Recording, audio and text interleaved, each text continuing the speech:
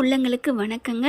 ஒன்றுக்கும் 10 பைசாவுக்கு புண்ணியம் இல்லாத பிரயோஜனம் இல்லாத ஒரு ஆளை பிடிச்சி செட் பண்ணிவிட்டு ஈஸ்வரி சகஜால கில்லாடி அப்படி தான் சொல்லணும். தாமரைக்கு மாப்பிள்ளையாக செட் பண்ணுறாங்க. அடடட 4 பேர் நாட்டு இசை மன்னிகள் தாங்க சொல்லணும். ஒருத்தருக்கு ஒருத்தர் சளைச்சவங்களே இல்லைன்னு தாங்க சொல்லணும். பாத்தியாடி எப்படி அம்மா ஐடியா? அம்மா நீ இங்கே இருக்கக்கூடிய ஆளே இல்லைம்மா, வேறு எங்கேடி இருக்கணும், நீ அந்த உலகத்தில் இருக்கணுமா, அச்சோ அப்படின்னு முத்தம் கொடுத்துக்கிறாங்க. சரி சரி விடு, நம்புற மாதிரி நடந்துக்கணும் அப்படின்னு சொல்லிட்டு அந்த ஆளை என்ன பண்ணுறாங்க, கண்மணி அன்புடனில் நம்ம ஆள் அன்புக்கு தாய் மாமனாக வந்தவர் தாங்க. இப்போ பார்த்தா கண்டிப்பாக நான் அப்படியே சந்தேகப்படாத மாதிரி பணக்காரனை நடித்து காமிக்கிறேன், எனக்கு வேறு ஒன்றும் வேணாம், 3 வேளை சோறு கொடுத்தா போதும். ஐயய்ய சோறுன்னுக்கிட்டு சரி விடு, உனக்கு பிரியாணியே தரேன்னு சொல்லி வாங்கி கொடுக்குறாங்க. நல்லா கெட்டப் சேஞ்ச் எல்லாம் பண்ணிடுறாங்க. அடுத்து பார்த்தா வீட்டுக்கு வந்துடுறாங்களா, சர்ன்னு காரில் வராங்க சமத்தியா. அப்படி சர்ரு புருன்னு ஒரு 4 காரில் அப்படி படியும் மண் பொழுது அப்படி தூசி பறக்க சர்ரு புருன்னு வந்து நிற்க எல்லாரும் பார்க்குறாங்க. என்ன அப்படின்னு பார்க்கல அப்படியே சல்லுன்னு இறங்கி வீட்டுக்குள்ளே போகிறாங்க. அதில் பார்த்தீங்கன்னா அப்படியே சாலு பறக்குது, அவர் முகத்தை விட்டு எடுக்கிறாரு, பார்த்துட்டு அப்படியே ஆணு வாயை பொழக்குதுங்க. அப்படியே தாய்மாமன் படத்தில் சத்யராஜ் மீனா ஆத்தாக்கறி மயக்கிற கண்டு எப்படி அப்படியே அள்ளி விடுவார் பாருங்க, அந்த மாதிரி தாங்க தட்டில் இருந்து காசுகளை அள்ளி அப்படியே இடது கையில் பறக்க விடுறாரு. அங்கே இருக்கிறவங்களுக்கு தர்மம் கேட்குறவங்களுக்கு அப்படியே வாயை பொழந்து பார்க்குதுங்க. ஆத்தாள் மகளும் அப்படியே அம்மா என்னம்மா இவ்வளோ பெரிய பணக்காரரா, காரை பாருமா ஆடிக்காரு மாதிரி இருக்குது அப்படின்னு சொல்ல, சரி எந்த காரோடி பாரு காசு எவ்வளோ அள்ளி கொடுக்குறாங்க. அம்மா நம்மளும் போய் கேட்போமா, அடிச்சு வாயை மூடுறி, ஏம்மா அப்படி சொல்கிற? ஆமாடி, உனக்கு அந்த காசு கொடுக்குறானே அந்த காசு வாங்குறத பார்க்காத, அது பெருசு இல்லை, காசு கொடுக்குறவனையே வாங்க பாருடி, அதாண்டி பெருசு. அம்மா என்னம்மா சொல்கிற? ஆம்படி அவனை கொஞ்சம் நல்லா பாரு அப்படிங்கிற, நல்லா மேக்கப் கேப்பெல்லாம் போட்டு அழகாக இருக்காங்களா, பார்த்தோன்னே ஆமாம்மா நல்லா தாம்மா இருக்கான் அப்படின்னு சொல்ல, இவனையே உனக்கு பேசி முடிச்சுட்டா, அம்மா கல்யாணம் ஆனவராக இருந்தால் என்னம்மா பண்ணுறது, கல்யாணம் ஆனவராக இருந்தால் வெட்டி விடுவோம், அம்மா அதெல்லாம் வேணாம்மா பிரச்சனைம்மா, பணக்காரன் இருந்தால் என்ன வேணாலும் பண்ணுவோம் முடியும், நம்ம ஒன்றுமே பண்ணலையா, சேதுபதிக்கு தான் கல்யாணம் ஆனிச்சு, நம்ம ஒன்றும் பண்ணாமே ஆகட்டும். ஆமாம்ல அப்படின்னு சொல்ல, அதெல்லாம் பார்க்கக்கூடாது, நாம் நல்லா இருக்கணும்னா 4 பேர் அப்படிங்கிறாங்க. சரி வா கிட்டக்க போய் கேட்போம் விசாரிப்போம் அப்படின்ட்டு அவங்க கூட அடியாள் வந்திருக்காங்க இல்லையா, அவங்ககிட்ட போய் யார் இவர் அப்படிங்கிறாங்க. என்னது யார் இவருன்னு கேட்ட ஆள் நீங்கள் தாம்மா, என்ன சொல்கிறீங்க? ஆமாம் உலகத்தில் யாருமே அந்த மாதிரி கேள்வி கேட்டதே இல்லை தெரியுமா அப்படின்னு சொல்ல, சரி மன்னிச்சுக்கோங்க இவர் யார் அப்படின்னு மறுபடியும் கேட்க, 2வது ஆள் நீங்கள் தான். அட 3வது கேட்டால் நான் தான் கேட்பேன், யாருன்னு சொல்லுங்களேன், இவர் அடுத்த ஊர் ஜமீன் மயமா அப்படிங்கிறாங்க. என்ன சொல்கிறீங்க? ஆமாம் அவருக்கு இருக்கிற சொத்துப்பட்டு கிராமமே அவருக்கு தாங்க சொந்தம் அப்படின்னு சொல்ல, இவ்வளோ பணத்தை அள்ளி இறைக்கிறாரு. ஆமாம் அவர் நல்ல மனசு, அள்ளி இறைக்கிறாரு, நாங்களாம் ஏன் கூட வைத்துறோம், மாதம் 1 லட்சத்துக்கு மேலே எங்களுக்கே கொடுக்குறாரு, ஒரு வேலை இல்லை பின்னாடியே தெரியும் ஏழைங்களுக்கு அள்ளி கொடுப்போம், அவ்வளவுதான். அப்படியே தாமரையும் அவங்க மகளும் அப்படியே ஆத்தாளும் மகளும் அப்படின்னு பார்க்க, அப்போ அவருக்கு கல்யாணம் ஆயிடுச்சா அப்படின்னு சொல்ல, கல்யாணம் ஆயிடுச்சாவா, கல்யாணம் ஆயிருந்தால் நாங்களாம் எப்படி இங்கிட்டு தெரிய முடியும், கல்யாணமே வேணாங்கிறாரே, ஏன் அவருக்கு மனசுக்கு பிடிச்ச பொண்ணு அந்த அவங்க அம்மா மாதிரி வேணுமா, அந்த சரஸ்வதி மாதிரி, பார்த்தோன்னா அவருக்கு ஒளிவட்டம் தெரியணுமா, அப்படி மட்டும் தெரிஞ்சுட்டா டக்குன்னு கையை பிடிச்சி ஹாய் சொல்லிடுவாராம், அப்படி ஒரு டெக்னிக்கலை வச்சுக்கிட்டு இருக்காரு. அப்போ இது வரைக்கும் எந்த பொண்ணும் கையை பிடிச்சி ஹாய் சொல்லவே இல்லையே, ஹாய் சொல்லிட்டு டக்குன்னு நெத்தியில் கையை வைப்பாராம், முத்தம் கொடுப்பாராம். அப்படி ஒரு பொண்ணு நடக்காதான்னு ஏங்கிக்கிட்டு இருக்காங்க அவங்க வீட்டில். ஆனால் நாங்கள் நடக்கவே வேணான் இருக்கோம். ஏன் அப்படி சொல்கிறேன்? இல்லை எங்களை கட் பண்ணிட்டு போயிட்டா வர்ற பொண்ணு நல்ல பொண்ணாக இருக்கணும்ல அப்படின்னு சொன்னேன். தாமரை என்ன பண்ணுது, அண்ணே நீங்கள் கவலைப்படாதீங்கண்ணே, அந்த உங்கள் நல்ல மனசுக்கும் அவருக்கு நல்ல பொண்ணாக கிடைக்கும், அந்த பொண்ணு உங்களை கூடவே வச்சுக்கிறோம். என்னம்மா சொல்கிற, எப்படிமா அந்த காலத்தில் வச்சுக்குவாங்க? அதெல்லாம் இல்லைண்ணே, இப்போ நானா இல்லை, எனக்கும் கல்யாணம் ஆகலை தான், நான் இப்போ உங்கள் அண்ணனை கல்யாணம் பண்ணிட்டா நீங்கள் கூடவே எப்பவும் போல அவர் கூட தெரியலாம். என்னம்மா சொல்கிறீங்க? ஆமாம் அண்ணி அப்படின்னு சொல்ல, என்ன சொன்னீங்க?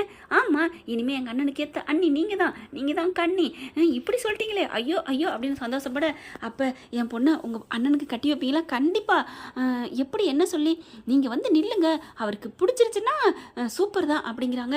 அவருக்கு பிடிக்க நம்ம என்ன செய்யணுமா, அவருக்கு நெத்தியில் அப்படியே குங்குமம் வச்சுக்கணும், அதுக்கப்புறம் தலை நிறைய மல்லிகை போய்க்கணும், அவருக்கு ரொம்ப பிடிக்கும். அப்படியா? ஆமாம் அவங்க அம்மா எப்போ அப்படி தான் இருப்பாங்க. ஐயோ சீக்கிரம் வாடி அப்படின்னு வேகமாக ஓடுதுங்க பாரு, காசுப்பட்டு அப்படின்னு நினைக்கிறாங்க. அடுத்து ஈஸ்வரி வந்து சூப்பராக நடிக்கிறீங்க அப்படின்னு கை கொடுக்குறாங்க. அடுத்து ஓடி போய் தலை நிறைய பூவை வாங்கி குங்குமத்தை எடுத்து தலை நெட்டில் அப்படியே வச்சுக்கிட்டு வந்து நிற்கிதுங்க. கரெக்டாக இவர் அங்கிட்டுக்கிட்டு சாமி கும்பிட்டுட்டு வராரு, தேங்காய் உடைக்கிறாரு, அப்படி தீபம் ஏற்றுறாரு, ஏற்றிட்டு அப்படி திரும்புகிறாங்க. தாமரை முன்னாடி வந்து நிற்கிது. முன்னாடி நின்னோன்னா அப்படியே ஷாக் ஆகுறாரு. வாவ்! அப்படின்னு சொல்லிட்டு ஏன்னா சொல்லி கொடுத்து அதானே சீக்கிரம் போயா அப்படிங்கிறாங்க. காதில் ஹெட்ஃபோனை மாட்டிக்கிட்டு அடுத்து என்ன பண்ணுறாங்க, கிட்டக்க போகிறாங்க. வாட் இஸ் யுவர் நேம் அப்படின்னு சொல்ல, தாமரை லோட்டஸ் ஆமாம் அப்படின்னு சொன்னோன்னே கையை பிடிக்கிறாரு. அம்மா கையை பிடிக்கிறாரு. அப்போ அவருக்கு என்ன பிடிச்சிருச்சு போல இருக்கு. வாவ்! தலை நிறைய மல்லிப்பூ, நெத்தி நிறைய குங்குமப்பூ, அடடடா என் மனசை கொண்டுட்டீங்களே அப்படின்னு யூ டோன்ட் வரி, கொஞ்சம் மிஸ்டேக்காக எடுத்துக்காதீங்க, தப்பாக எடுத்துக்காதீங்க அப்படின்னு டக்குன்னு என்ன பண்ணுறாரு, நெத்தியில் கை வைக்கிறாங்க, முத்தம் கொடுக்குறாங்க. ஐயோ அப்படின்னு சிரிக்குது. என்ன உங்களுக்கு கோவம் இல்லையா? எனக்கு எங்க கோவம் வரணும்? நீங்கள் வந்து பெரிய மகான் மாதிரி தெரியுது, நீங்கள் கை கொடுத்து முத்தம் கொடுத்தா சந்தோஷம் தானே. நோ நோ நோ, நான் மகானா நினச்சி உங்களுக்கு கொடுக்கல, எனக்கு கல்யாணம் ஆகலை, உங்களுக்கு எனக்கு ஆகலை அப்படின்னு சொல்ல, அப்போ நம்ம 2 பேரும் கல்யாணம் பண்ணிக்கலாமா, உங்களுக்கு சம்மதமா? ஐயோ பழம் நழுவி பாலில் விழுகுதே. சூப்பர் சூப்பர் அப்படின்னு எங்கள் அம்மாவை கேட்கணும் அப்படிங்கிற. உங்கள் அம்மா யார் அப்படிங்கிற. அவங்க தள்ளி நின்றுக்கிறாங்களா. அம்மா அப்படின்னு கூப்பிட, என்னடி அப்படின்னு வராங்க. இவங்க ஒன்று கேட்கணுமா. என்ன அத்தைன்னு சொன்னால் நீங்கள் சரிப்பட்டு வராது, நீங்கள் அவ்வளோ எங்கே இருக்கீங்க, அதனால அக்கா அப்படின்னு கூப்பிடலான்னு ஆசைப்பட்றேன். அக்கா கூப்பிடலாமா? அக்கா ஐயோ கூப்பிடுங்க தம்பி கூப்பிடுங்க. ஆமாம் அவள் வயசுக்கு நீ அக்காவை தான் தோணும், கூப்பிடுங்க அப்படின்னு சொன்னோன்னே அக்கா அப்படின்னு சொல்கிறாங்க. தம்பி என்னப்பா வேணும், உங்கள் பொண்ணு வேணும், கட்டி கொடுப்பீங்களா அப்படின்னு சொல்ல, கட்டி கொடுக்குறேன் நான் இப்போ கையில் பிடிச்சி கொடுக்குறேன் அப்படின்னு கொடுக்குறாங்க. சந்தோஷம் தாங்கலை. உங்கள் பொண்ணு எனக்கு ரொம்ப பிடிச்சிருக்கு அப்படின்னு சொல்லிட்டு, அப்புறம் நீங்கள் அப்படிங்கிற, நாங்கள் உங்களவுக்கு வசதி இல்லை தான், இருந்தாலும் ஓரளவுக்கு வசதி. சச்ச இந்த வசதி பணம் கிஸ்தி வரி வட்டி இதெல்லாம் யாருக்கு வேணும் அப்படிங்கிற. என்ன திரைப்பட டைலாக் விடுறாரு இவர். ஐயோ மாற்றி சொல்லிட்டோமா? இல்லைங்க, இந்த பணம் புகழ்ச்சி இதெல்லாம் யாருக்குங்க வேணும்? இருக்கிற வரைக்கும் எல்லாத்துக்கும் ஏழைகளை கொடுத்துட்டு போய் சேர்ந்துட்டே இருக்கணுங்க. என்னத்தங்க கொண்டு போக போகிறோம், என்னத்தங்க நம்ம கொண்டு வந்தோம். என்னடி ஞானி மாதிரி பேசுகிறான். அம்மா ஞானியாக பேசுகிறானா என்னென்னு பேசுகிறான்னு, சொத்து பத்து இருக்குல்ல அது போதும் அப்படிங்கிறாங்க. அப்புறம் ஒரு ஃபோன் வருது. உடனே அப்படியா அந்த வந்துட்டேன் அப்படிங்கல. தம்பி எங்கேப்பா போகிற? ஐயோ ஒரு ஊரில் ஒரு பொண்ணு கல்யாணம் நடக்குது, நகை பத்தலைன்னு சொல்லி கல்யாணத்தை நிப்பாட்ட போகிறாங்களா, 10 பவுன் நகையை கொடுக்கணும், அதனால் நான் போய் நின்று கொடுத்துட்டு நடத்தி வைக்கணும். டேய் வண்டி எடுங்கடா அப்படின்னு சொல்லிட்டு வண்டி எடுத்து கிளம்புறாங்க. பை உங்கள் அட்ரஸ் அப்படிங்கல. அவங்க அட்ரஸை சொல்கிறாங்க. தாமரையும் சாவித்திரியும் ஓகே நாளைக்கு நாங்கள் வர்றோம், கரெக்டாக 10 மணிக்கு வர்றோம் ஓகே அப்படிங்கல. ஓகே அப்படின்ட்டு போகிறாங்க. இவங்களுக்கு சந்தோஷம் தாங்கலை. ஆகா ஓகோன்னுக்கிட்டு வண்டி எடுத்துகிட்டு போகல. கரெக்டாக ஏற்றாப்புல ஈஸ்வரியும் அவங்க மகளும் வராங்க. ஈஸ்வரியை பார்த்தோன்னே வா அக்கா நீங்களா அப்படின்னு சொல்ல, தம்பி நீங்கள் நல்லா இருக்கீங்களா? நல்லா இருக்கேன்க்கா, எனக்கு எவ்வளோ பெரிய உதவி பண்ணீங்க. கரெக்டாக அன்றைக்கி கார் நின்று போச்சு, அந்த கார் எடுக்கிறதுக்கு நீங்கள் தான் பெட்ரோல் கொடுத்துருக்கீங்க, அதை விட எனக்கு தாகத்தில் தொண்டை அடைச்சிச்சு, தண்ணி கொடுத்து என் உயிரை காப்பாற்றுனீங்க. நல்லா இருக்கீங்களாக்கா? நல்லா இருக்கேன். அதுக்கு பதில் தான் உங்கள் வீட்டுக்கு கூட்டி போய் எனக்கு நல்ல நகை நெக்லஸ்லாம் கொடுத்தீங்க, பணம் கொடுத்தீங்க, அதோடு முடிஞ்சு போச்சே, இன்னும் ஏன் அதை சொல்லிக்கிட்டே இருக்கீங்க? இருந்தாலும் மேன்மக்கள் தான் அப்படி சொல்ல, சூப்பர் அக்கா சூப்பர் அப்படின்னு சொல்லிட்டு, இந்தாங்கக்கா அன்னைக்கு கொடுத்த உதவிக்கு நான் இன்னும் மறக்க மாட்டேன் அப்படின்னு 1 லட்சத்தை எடுத்து கொடுக்குறாரு. வேணாம் தம்பி வேணாம் அப்படின்னு சொல்லல. பார்க்குறாங்க சாவித்திரி தாமரை, என்னடி உங்கள் அத்தை கிட்ட பேசிக்கிட்டு இருக்காரு அப்படின்னு வேகமாக ஓடி வராங்க. வர்றாளுங்க அப்படியே மெயின்டைன் பண்ணு அப்படின்னு சொல்லி 2 பேரும் உஷாராகுதுங்க. அத்தாச்சி அப்படின்னு வர, என்ன அப்படின்னு திரும்பி பார்க்க, இவரை உங்களுக்கு தெரியுமா? என்னது இவரை தெரியுமாவா? யாருக்கு தெரியாது, அடுத்த ஊரில் பெரிய ஜமீன் தெரியுமா அப்படின்னு சொல்ல, அப்படியா உங்களுக்கு எப்படி தெரியும்? இவருக்கு நான் உதவி பண்ணியிருக்கேன், இந்த இப்போ கூட அந்த உதவிக்கு நன்றி கடனா பணம் கொடுக்குறாரு 1 லட்சம். வாவ் சூப்பர், அப்போ பணக்காரங்களா உண்மையிலே? ஆமாம் சரி நீங்கள் கிளம்புங்க தம்பி அப்படிங்கிற. வரேன் அப்படின்ட்டு அவர் கிளம்பி ஓடிடுறான். அடுத்து அத்தாச்சி அப்படிங்கிறாங்க. என்ன என் வாழ்க்கைக்கு என் புள்ள வாழ்க்கைக்கு நீங்கள் தான் அத்தாச்சி துணை புரியணும், என்ன புரியணும் அப்படின்னு சொன்னேன். இவகிட்ட இப்படிலாம் பேசினா சரி வராதுன்ட்டு படார்னு காலில் விழுகுது. ஐயோ மதனி என்ன அப்படிங்கல. அத்தாச்சி இவர் உங்களுக்கு தெரிஞ்சவர் தானே, என் அண்ணன்ட்ட சொல்லி இவரே என் பொண்ணுக்கு பேசி முடிக்கிறீங்களா? வாடி வா வழியில் வந்து விழுகிறியா? ஓகே பார்க்கலாம், அவங்களாம் பணக்காரவங்க, ஆனால் அவங்க பணத்தை எதிர்பார்க்க மாட்டாங்க, நான் மாமா கிட்ட பேசுவான். சரிங்க தாச்சி அப்படின்னு சொல்லிட்டு சந்தோஷமாக வீட்டுக்கு வருதுங்க.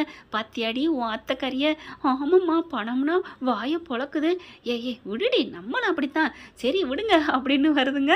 வீட்டுக்கு வந்ததுக்கப்புறம் அண்ணே அப்படின்னு சொல்ல, என்ன அத்தாச்சி ஒன்று சொல்லணுமா அப்படின்னு அத்தாச்சி மேலே சொல்ல, உடனே அத்தாச்சி வந்துட்டு நீங்களே சொல்லுங்க மதனி, அட நீங்கள் சொல்லுங்கள், அட 2 பேரும் சொல்லுங்கப்பா அப்படிங்கிற 2ம் சொல்லலை.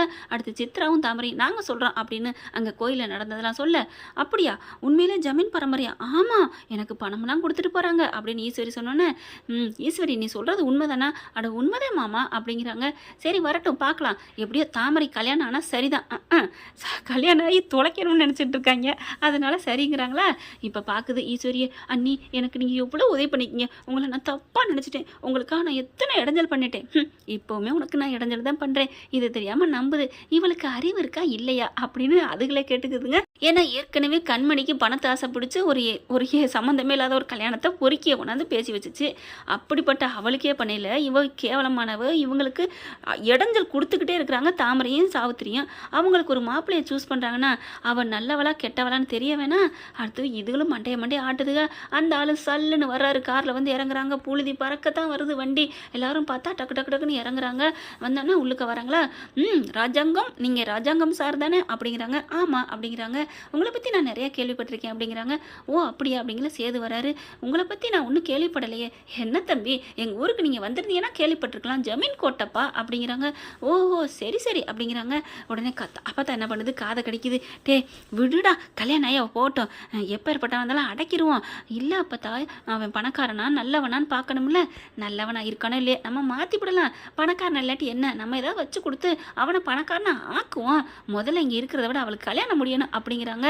அடுத்து பார்த்தா கல்யாண பேச்சையும் பேசுகிறாங்க. பேசிட்டு கீழே என்ன பண்ணுறாங்க, எனக்கு உங்கள் பொண்ணை ரொம்ப பிடிச்சி போச்சு, நாளைக்கே கூட கல்யாணம் பண்ண நான் ரெடி, இப்போவே இப்படி உட்காந்துருக்கல, இதோ தாலியை கட்டவா அப்படின்னு தாலியை கையிலேருந்து கட்ட போகிறாரு கழுத்தில்.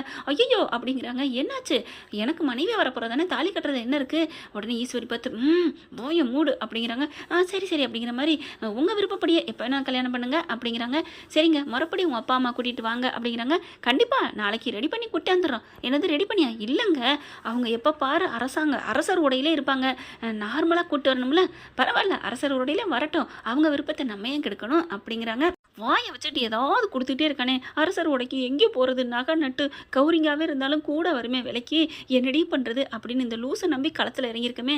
சரி விடுமா பார்த்துக்கலாம், எவ்வளவோ செலவழிச்சிட்டோம், எப்படியெல்லாம் செலவு பண்ணுதுங்க வீணா. அடுத்து பார்த்தா சரி நாங்கள் கிளம்புறோங்க, இல்லை லொக்குன்னு இருமை டக்குன்னு ஒருத்தர் தண்ணி கொடுக்குறாங்க, ஒருத்தர் சொம்பை கொடுக்குறாங்க, ஒரு பாத்திரத்தை கொடுத்து அதில் கொப்பளிச்சு துப்புறாரு.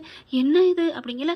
ஆமாம் எங்கள் அரசர் காலத்தில் இப்படி தான் நாங்கள் துப்புவோம், ஐ ஆம் எஜுகேட்டட் ஃபேமிலி அப்படின்னு சொல்ல, அடப்போ டேஸ் கிளம்புடா அப்படின்னு ஈஸ்வரி சொல்லுது. அடுத்து கிளம்பி போகிறாங்க. சாவித்திரி ஓடி வந்து அத்தாச்சி அப்படின்னு கட்டி பிடிக்குதுங்க சந்தோஷத்தில்.